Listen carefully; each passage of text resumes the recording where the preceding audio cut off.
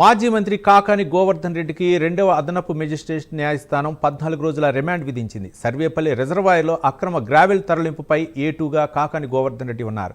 ఈ case Bapatla DSP Ramanjaneyulu నేతృత్వంలో SIT విచారణ కొనసాగుతుండగా జిల్లా కోర్టులో కాకాని హాజరుపరిచారు. ఇరుపక్షాల వాదన విన్న న్యాయస్థానం ఇప్పటికే 2 కేసుల్లో నెల్లూరు జైల్లో రిమాండ్లో ఉన్న కాకానికి మరో కేసులో రిమాండ్ విధించింది. దీంతో పోలీసులు కాకాని సెంట్రల్ జైలుకు తరలించారు.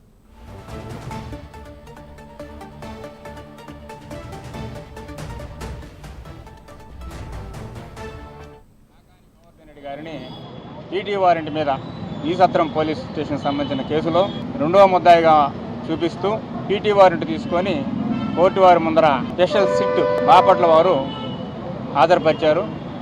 కోర్టు వారి ముందర మేము రిమాండ్కి వ్యతిరేకంగా వాదనలు వినిపించాము. అందులో ముఖ్యంగా 41A CRPC ప్రొసీజర్ ఫాలో కాలేదు కాబట్టి, రిమాండ్కి అవసరమైనటువంటి విషయాల గురించి పోలీసు వారు కనపరచలేదు కాబట్టి, వాళ్ళు ఏ కారణంగా రిమాండ్ అడుగుతున్నారనే విషయం చట్ట ప్రకారం చూపించలేదు కాబట్టి రిమాండ్ అనేది ఈ కేసులో ఇవ్వడానికి అవకాశం లేదని మేము వాదించాము. పోలీసు వారి తరఫున టీపీ గారు అపీర్ అయ్యారు.